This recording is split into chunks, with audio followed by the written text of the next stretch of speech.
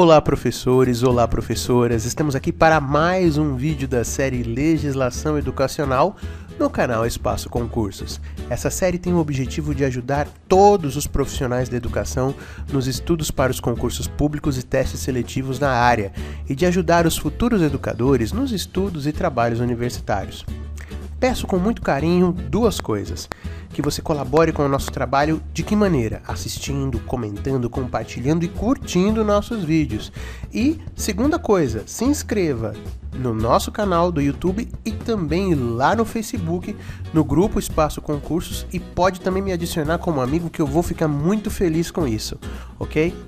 É importante também que você ajude na divulgação do nosso projeto. Bom, meu nome é Alexandre. Está aí na tela todos os contatos. Eu também dou aulas particulares de pedagogia, de redação, dou aulas particulares preparatórias para concurso público, para testes seletivos, enfim. Estou à disposição para poder ajudar naquilo que for necessário. E também dou consultoria para trabalho de conclusão de curso. Então, naquilo que for necessário, naquilo que eu puder te ajudar, vou ter muito prazer em te ajudar.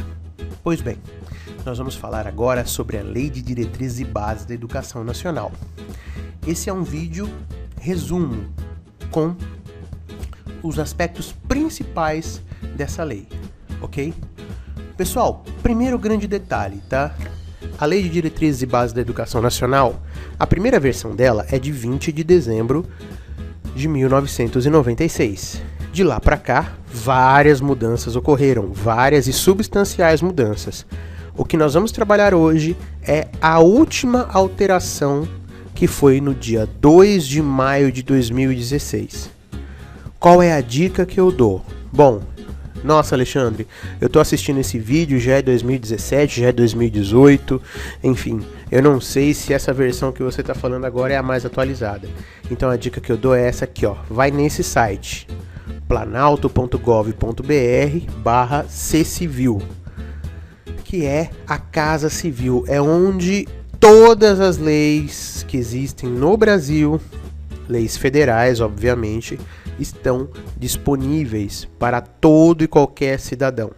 Se você entrar nesse link específico, se você digitar esse link aí na barra do seu navegador, você vai ter certeza, vai aparecer lá a Lei de Diretrizes e Bases e vai estar lá qual foi a última atualização, ok? Se você tem uma LDB na sua casa, impressa, ou de repente está consultando um vídeo aí que é anterior ao dia 2 de maio de 2016, apaga esse vídeo, apaga o PowerPoint que você tiver, pode, sem sombra de dúvida, queimar, reciclar, joga fora essa lei que você tem aí. Por quê? Porque estudar uma lei desatualizada é suicídio num vestibular, é suicídio num teste seletivo, é suicídio num concurso público, ok? Pois bem, pessoal, então vamos começar a falar aí especificamente da Lei de Diretrizes e Bases. Bom, principais avanços, tá aí na tela. Regulamenta o Sistema Educacional Brasileiro. O Sistema Educacional Brasileiro antes de 88 era uma bagunça, ok? Então de 88 até 1996 ficou aquela fase de transição, as pessoas não sabiam muito bem o que estava acontecendo, e quando chegou então no ano letivo de 1997, a lei começou a valer e ela regulamentou. Ela organizou toda a bagunça que havia no sistema educacional. Bom, outro avanço importante, ela obriga todas as redes públicas, a rede federal, as redes estaduais e as redes municipais, a incluir alunos com deficiência ou superdotação nas salas regulares, ok? Isso é muito importante, pessoal. De repente, alguns professores mais antigos ou alguns que não concordam com isso vão dizer: ah, Alexandre, mas isso não é um avanço. É sim. Nós, quando separamos as pessoas com deficiência das pessoas supostamente normais, e bota esse normais aí com aspas, nós estamos negando o direito que um membro da espécie humana tem de conhecer a diversidade da sua espécie, ok? Então você está violando os direitos tanto do deficiente quanto do não deficiente, ok? E quando você inclui, você humaniza a todos, tá? Você semeia tolerância, você semeia diversidade e você semeia humanidade, ok? Bom, inclui como parte do currículo as manifestações culturais afro-brasileiras e indígenas. Por que eu coloquei só afro-brasileiras e indígenas? Porque antes de 88, ou vamos dizer assim, sem sombra de dúvida, até 96, as manifestações culturais que nós tínhamos eram só as de raiz europeia. As de raiz europeia, as manifestações culturais de raiz europeia são importantes para a nossa cultura? É óbvio que são, natural que são. No entanto, a escola passou décadas, ou melhor, séculos, apenas exaltando e ensinando e reproduzindo os conhecimentos que nós herdamos dos europeus. Nós devemos somar a esses conhecimentos os outros tantos conhecimentos que recebemos das raízes, das matizes afro-brasileiras e das matizes das nações indígenas que colaboram aqui com esse caldo de cultura que nós temos. Outra coisa importante, outro avanço importante, ela institui a tolerância e a diversidade como eixo educacional. Vamos imaginar que a educação, que o conteúdo seja um carro numa estrada. A estrada é a diversidade e a tolerância. Então isso é uma mudança importantíssima, muda a raiz da coisa, né? A tolerância e a diversidade passa a ser a estrada e os conteúdos são os carros que vão trafegando por essa estrada. Outra coisa importante, o financiamento, né? Cria o Fundeb, que vai dar dinheiro para que a educação possa acontecer, tanto no município que arrecada bastante, quanto no município que arrecada pouco. E, por fim, cria uma política salarial para os professores. Coloca na lei a necessidade do piso nacional dos professores. Ok? Pois bem, pessoal, vamos começar então. O artigo 1º, ele está aí na tela e nós vamos fazer assim. Eu vou comentar com o tempo necessário para que você possa também ler, tá, o que está na tela.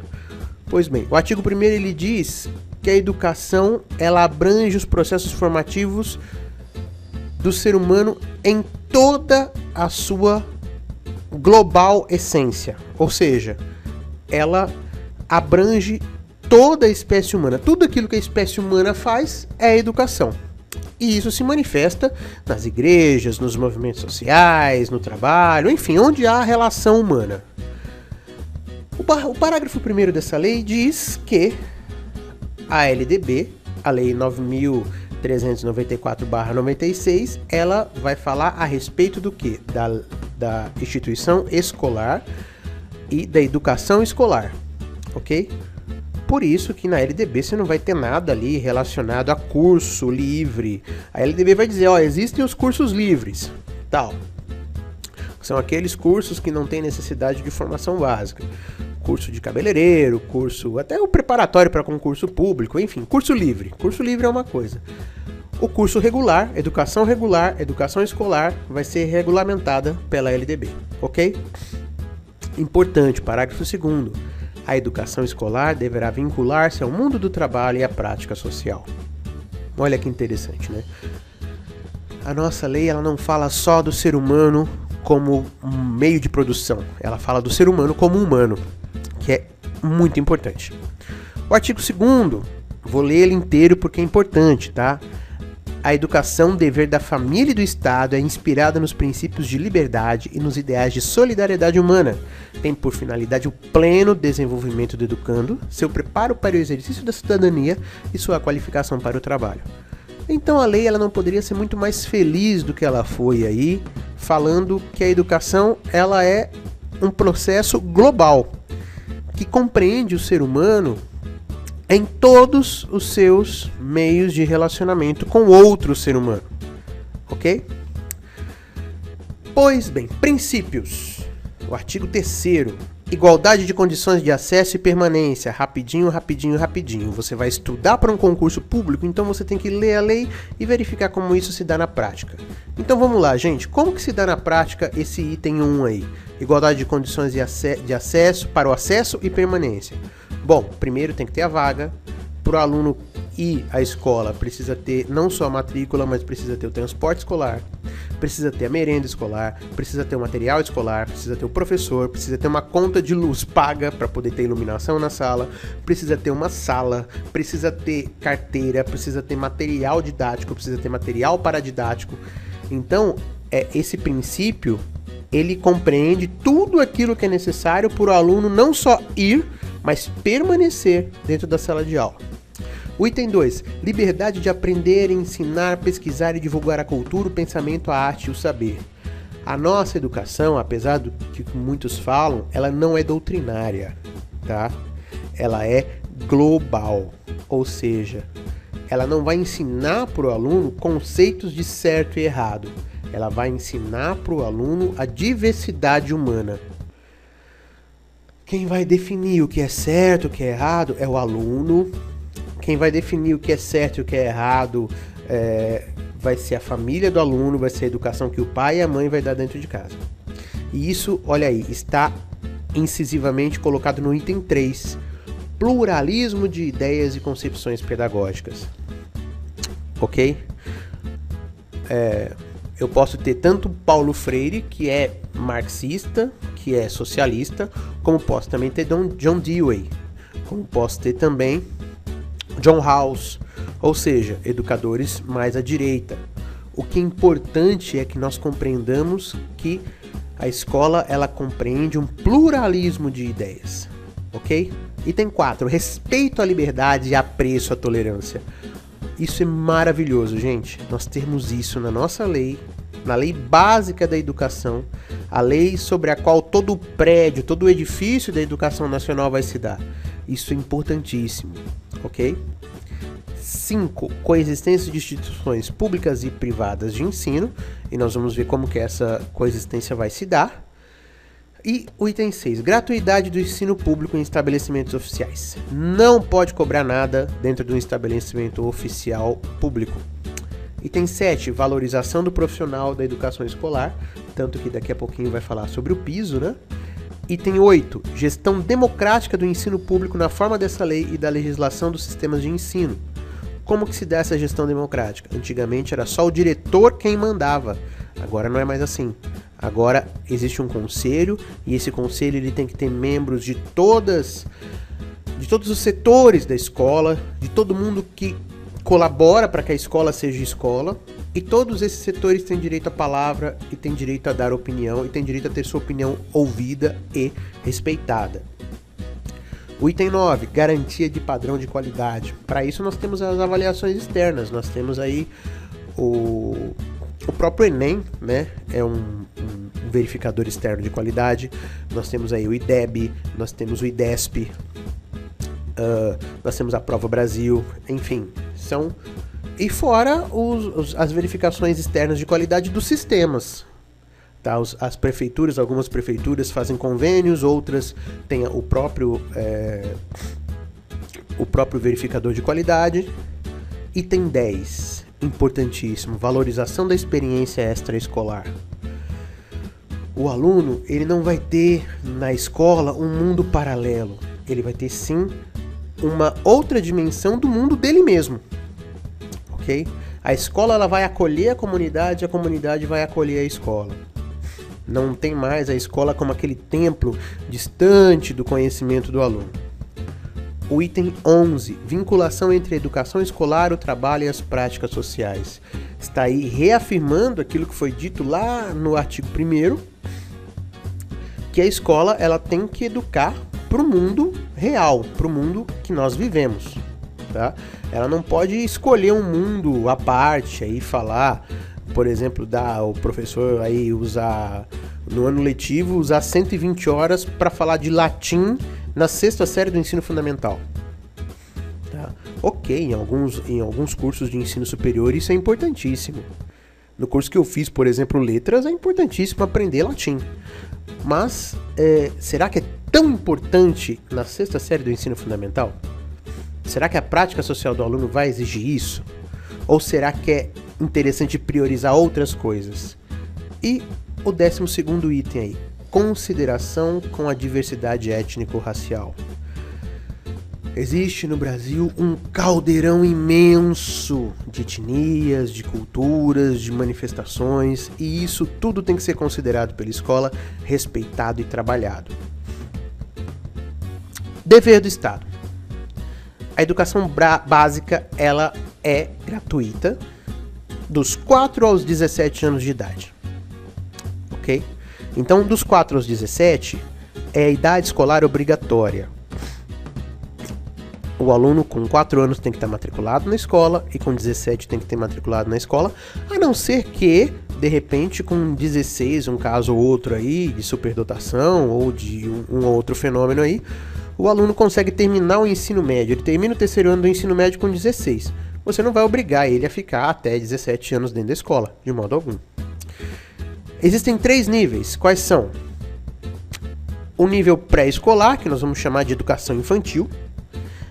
O ensino fundamental, que é nível 1 e nível 2, que seria do primeiro ano ao 9º ano.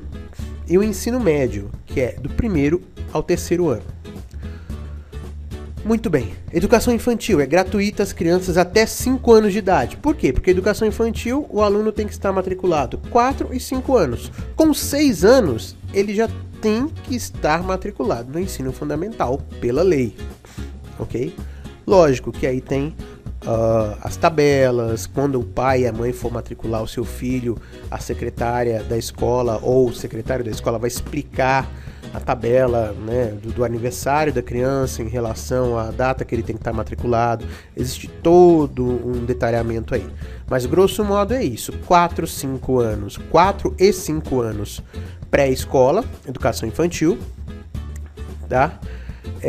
De 6 anos em diante, ensino fundamental, e dos 14 aos 17, ensino médio. Outra coisa importante, gente, tá? Qual que é o nome que se dá a isso? Pré-escola, ensino fundamental e ensino médio. Se dá o nome de educação básica, ok? E na educação básica, todos têm que ser acolhidos preferencialmente na rede regular de ensino.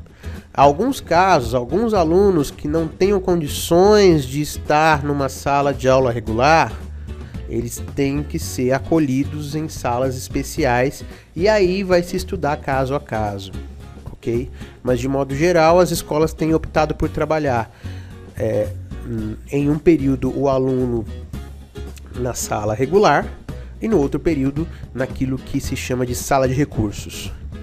Continuando então, as obrigações do Estado: acesso público e gratuito ao ensino fundamental e médio para todos que não concluíram na idade própria.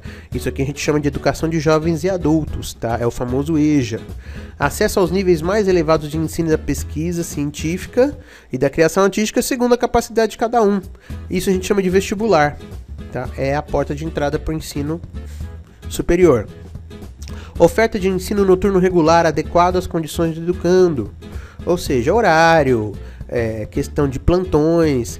Isso, pessoal, não existe uma lei específica, mas sim é estudado caso a caso, e existem as legislações, existem as regulamentações, e caso a caso vai ser estudado, no caso do aluno trabalhador, o aluno que faz turno, o aluno que trabalha por ciclo, que trabalha por safra, enfim, a ideia é incluí-lo, ok?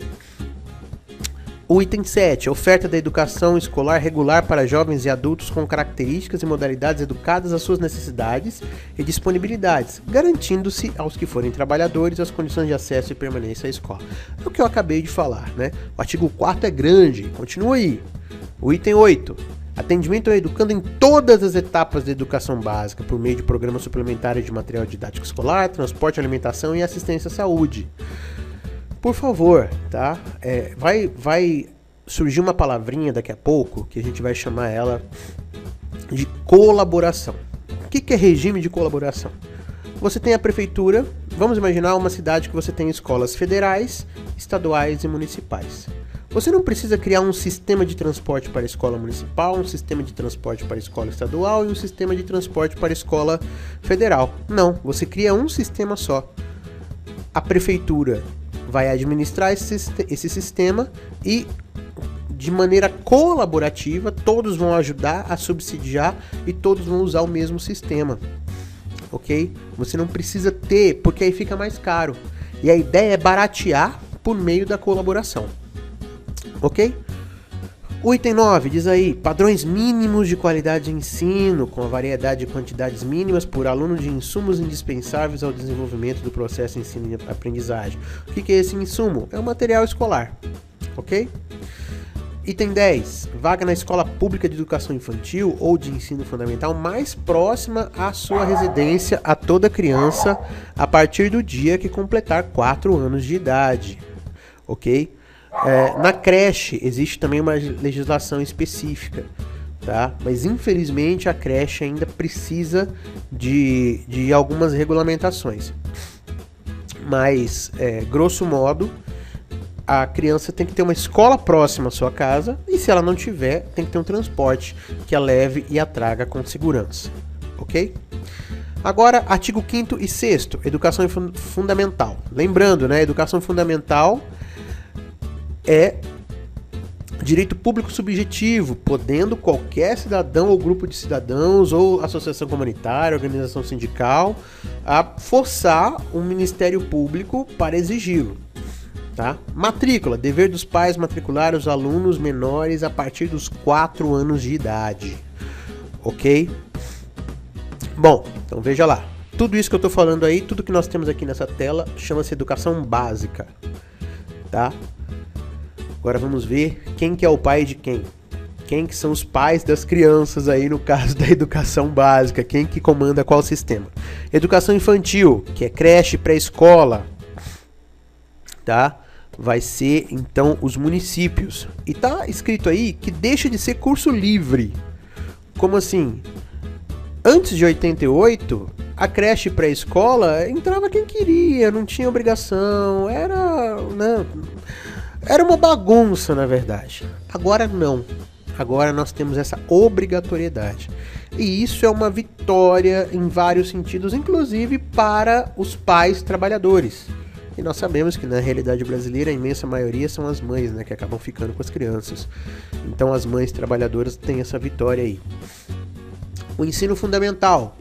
Prioridade dos municípios com a colaboração do Estado. Então vamos lá. Educação infantil, que é aquela que é desenvolvida em creche para a escola, com a criança até os 5 anos de idade, é obrigação do município.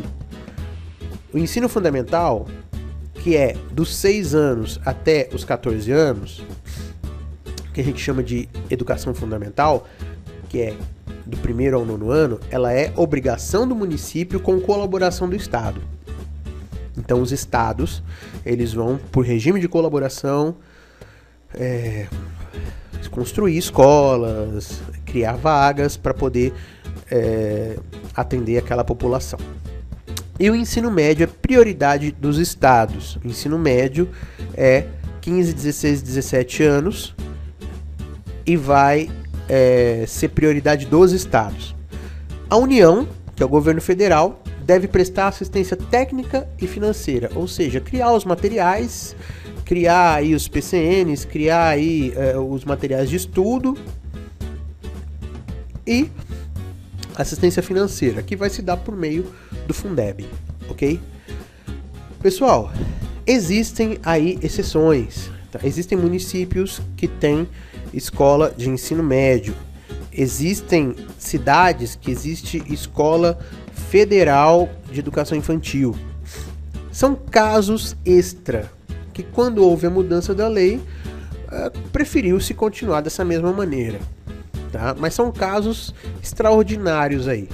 Mas a tendência é essa aqui que nós estamos vendo na tela agora. Ensino superior, quem que manda? É o governo federal, por meio do Ministério da Educação. Ok? Muito bem. Gestão democrática. O que é gestão democrática? Gestão democrática é como que vai ser o dia a dia dessa escola, tá? O cotidiano dessa escola. Como que a coisa vai acontecer. Então, as escolas elas têm que elaborar e executar uma proposta pedagógica, elas têm que cumprir o calendário, tá, dos dias letivos e das horas-aula, prover meios para a recuperação do aluno com menor rendimento, tá? A comunidade, ela entra onde aí? Ela entra na articulação e integração com família e comunidade, que são os conselhos de escola, ok? A escola tem a obrigação de informar a família sobre a frequência e o rendimento do aluno e a execução do projeto pedagógico, da proposta pedagógica, ok? E o conselho tutelar quando superar 50% de faltas. Pessoal, veja bem, vamos entender aí. No bimestre, o aluno tem o direito de faltar 25%, ok? Quando esse número de faltas do bimestre ultrapassa os 50%, o conselho tutelar tem que ser alertado, ok? É assim que funciona. Autonomia. O que é autonomia? A escola tem autonomia pedagógica, administrativa e de gestão financeira.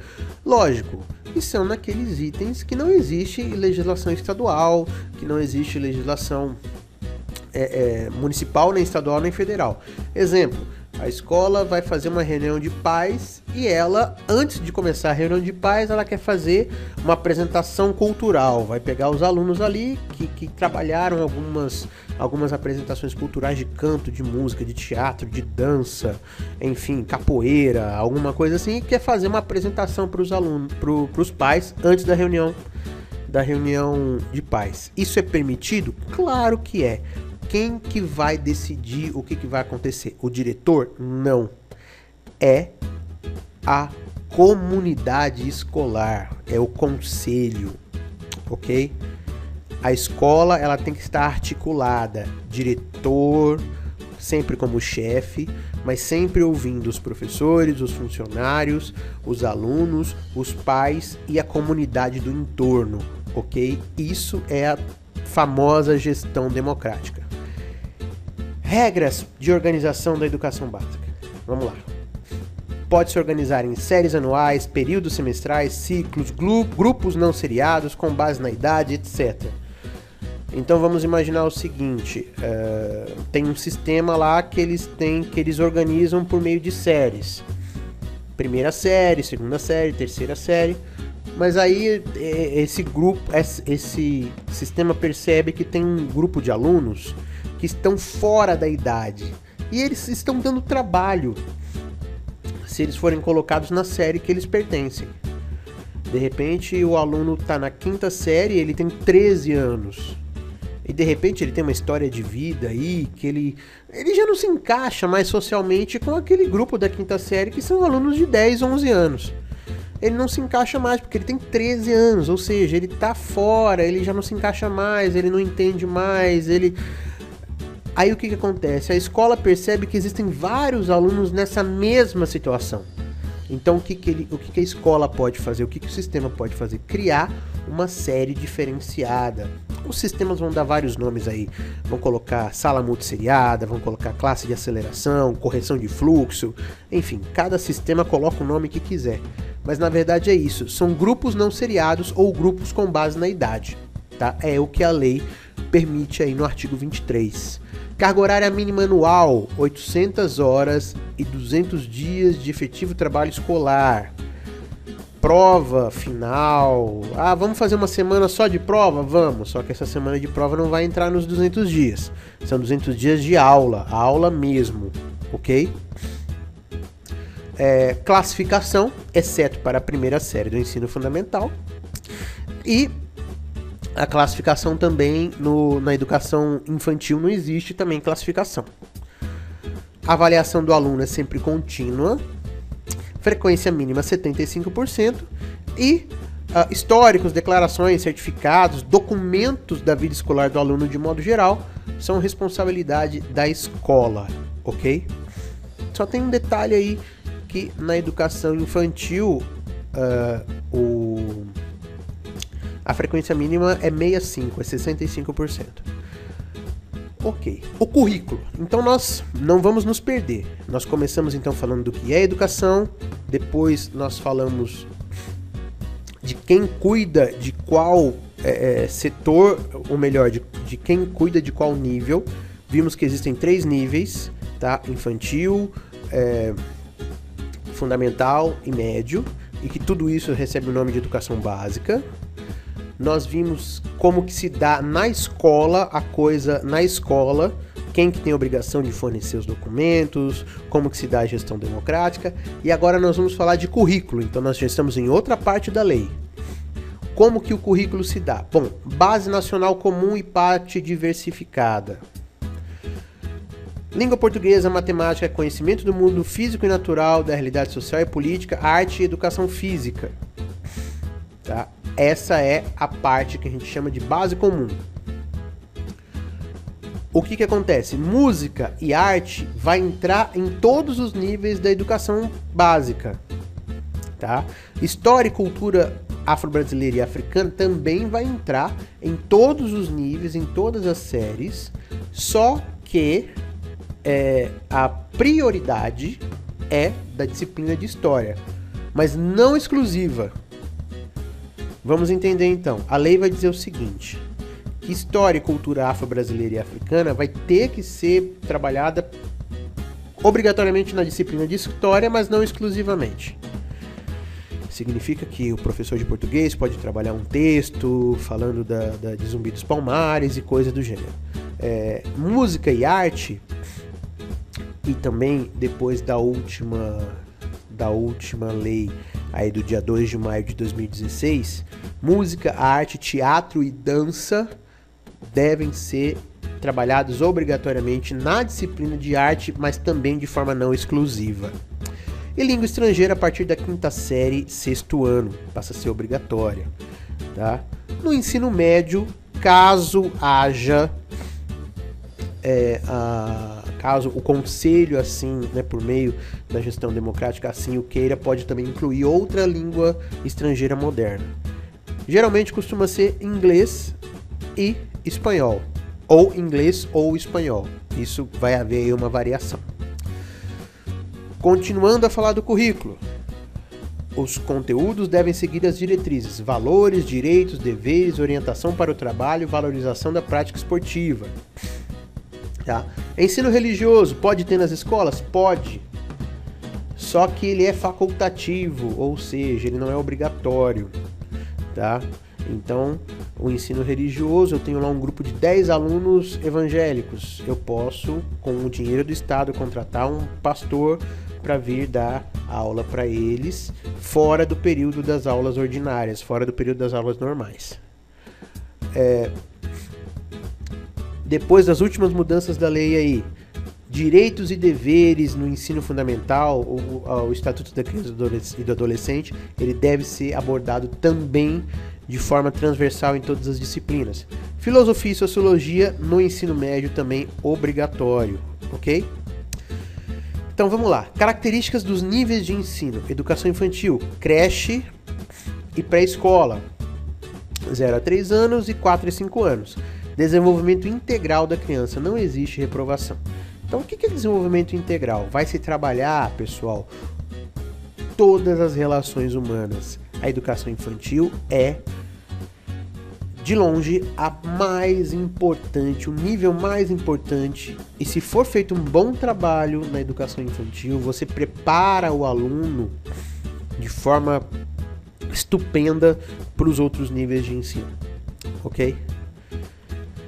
Ensino fundamental, mínimo 9 anos. O objetivo qual é? Desenvolver a capacidade de aprender, fortalecer os vínculos da família, da solidariedade e tolerância. Pelo menos 4 horas de trabalho diário. E o ensino médio, no mínimo 3 anos, vai aprofundar os estudos do ensino fundamental e também vai estimular vai fortalecer a tecnologia e a preparação para o mundo do trabalho.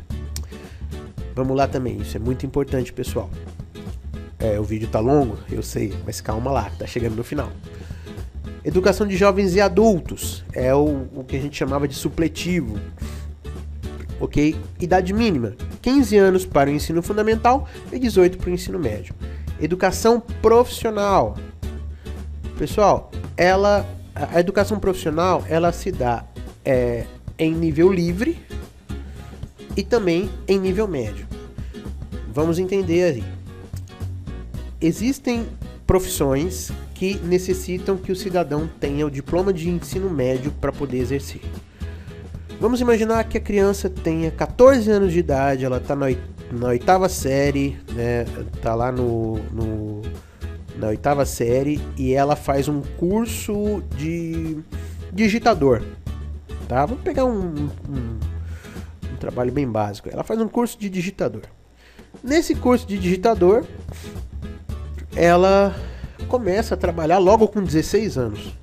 Não terminou o ensino médio ainda. Mas é um curso livre que ela fez e a empresa que contratou ela, contratou pela capacidade que ela tem, tá? Então não precisa necessariamente ter um ensino médio. Então aí vai entrar o quê? Vai entrar o pintor, vai entrar o pedreiro, o bom azulejista, o bom eletricista. Ele não precisa necessariamente ter ensino médio. Lógico que convém, mas não precisa necessariamente ter. Agora algumas profissões precisam, como por exemplo técnico em enfermagem. Técnico em enfermagem, para obter o registro, você precisa não só do diploma técnico, mas também do diploma de ensino médio. Tá? Técnico em eletrotécnica, você precisa tanto ter o diploma técnico, como também precisa ter o ensino médio regular. Ok? Então a educação profissional tem essa particularidade. Educação especial, ela atende todos aqueles que precisam de atendimento especial, de atenção às suas necessidades especiais, ok? E isso vai em todos os níveis de ensino, tá?